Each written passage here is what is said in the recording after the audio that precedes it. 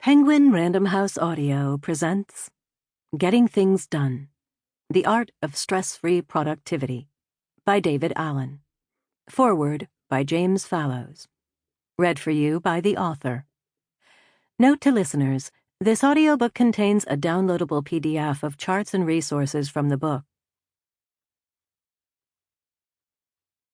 Introduction to the Revised Edition.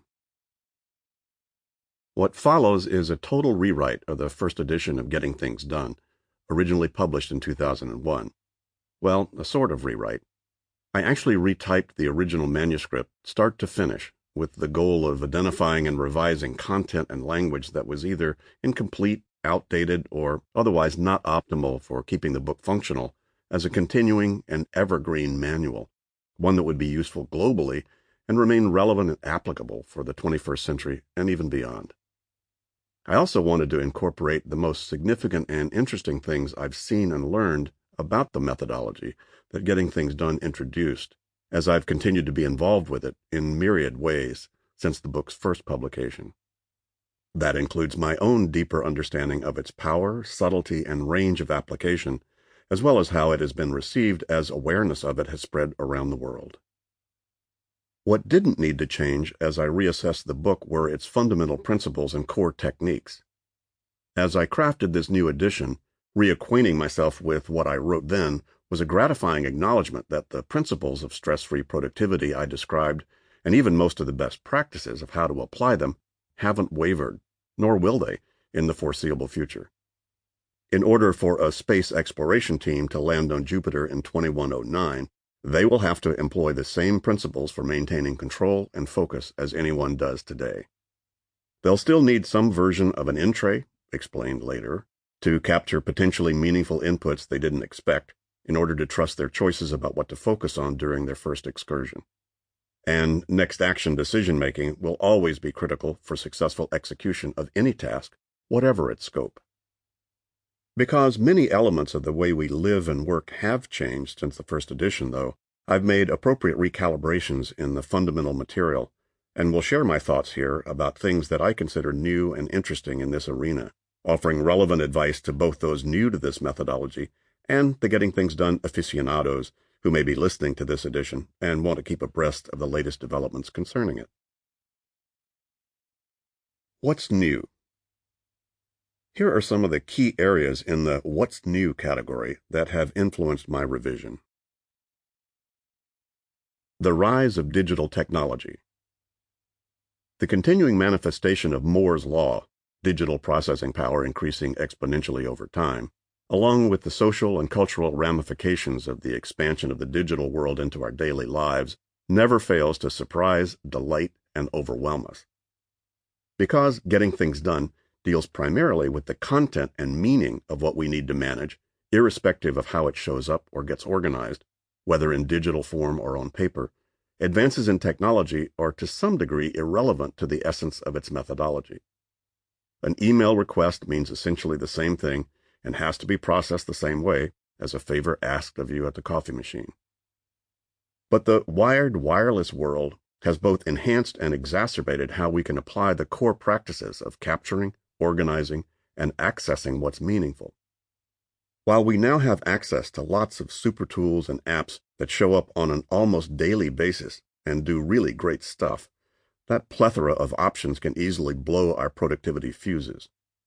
Staying on top of and leveraging ever-evolving technologies adds significant pressure to getting one's appropriate workflow methodology right. I've accordingly changed some of my earlier emphases on types of tools that are best suited to particular tasks and acknowledged the ubiquity of our new digital and mobile world. I've also eliminated most of my references to specific software applications that appeared in the first edition. The rate of innovation in this area means that any specific software program can easily be outdated, upgraded, or undermined by the next new thing by the time you hear about it. I've essentially hopped out of that fray, opting instead to provide a general model for how to evaluate the usefulness of any tool.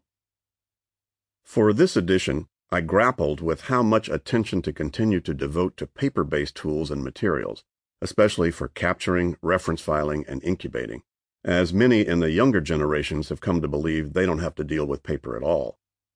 At the risk of dating myself, I decided to leave most of those instructions from the first edition intact here, as many of the potential readers and listeners of this new edition around the world will still be at least partially paper-based. Ironically, there's a growing resurgence of interest in the use of paper among the most sophisticatedly digital. Time will tell whether we can ever truly get rid of that in-your-hand, in-your-face medium. By the way, as I write this, I'm in the middle of a move to Europe from the U.S., attempting to reduce my physical possessions to a bare minimum. So I scanned and digitized everything in my physical tickler file, which I have used for 30 years, described later. Already I've been frustrated several times with things that would have been much more easily handled had I kept the physical version. The 24/7 world. I'm often asked what new advice GTD, Getting Things Done abbreviated, can offer to the mobile, connected, and always-on world. The necessity of dealing with frequent and complex barrages of potentially significant data was probably true in the past for remarkable individuals such as Napoleon as he marched through Europe, or Bach as he composed, or even Andy Warhol as he decided what to paint or show in a gallery. Now, though, the entire world's digitally connected, literate population is the recipient of an explosion of nonstop, potentially important, or at least relevant information. The ease with which it can be accessed through technology has made it simultaneously rewarding in its opportunities and treacherous in its volume, speed, and changeability. If you are by nature fascinated by what may be going on when you hear sirens in your neighborhood, or wonder what a group of people across the room at a party is excitedly talking about, then you are ripe for becoming a victim of the endless and powerful distractions your personal technology dishes out to you. Whether your experience with it is ultimately positive or negative depends primarily on the application of the practices in this book. The globalization of GTD methodology. I'm often asked if the GTD process can translate into other cultures, and my answer has always been a resounding, of course. The core message of the book is so inherently relevant to the human condition that I've yet to experience any cultural bias, nor frankly any gender, age, or personality type differentials in the applicability of the methodology. The awareness of the need for it and what purposes it will serve will, of course, be different for each individual, but that is more a function of one's station in life, the nature of one's work, and one's interest in self-improvement than it is any of the other factors. In actual practice, you will potentially have more in common with many hundreds of thousands of people around the world in your resonance with GTD than you will with your next-door neighbor or even your cousin Raphael. Since its initial publication, awareness of the Getting Things Done message has spread worldwide. The first edition has been translated into more than 30 languages, and our company has established franchises in many countries to provide training programs based on its content. While I was relatively confident about the cross-cultural coherence of this methodology when I wrote the book, the ensuing years have simply validated that confidence in spades. An approach that is more inclusive of a larger population of readers, listeners, and users. The primary impetus for my writing Getting Things Done was to craft a manual for the methodology that I had formulated, tested, and implemented, mostly in the corporate training and development world. In its examples, style, look, and feel, I wore a tie on the cover, the book was initially and principally addressed to managers, executives, and higher-level fast-track professionals. While I already knew that the material could be equally valuable for homemakers, students, clergy, artists, and even retirees, it was professionals who at that time were the most aware of the need for the kind of help I was seeking to provide, as a means both to advance their own development and productivity, as well as to stay sane in the process. They were at the front lines, the advance guard, in engaging with the impending flood of information and rapid and significant change the business world was experiencing, and also had access to resources to tackle these issues.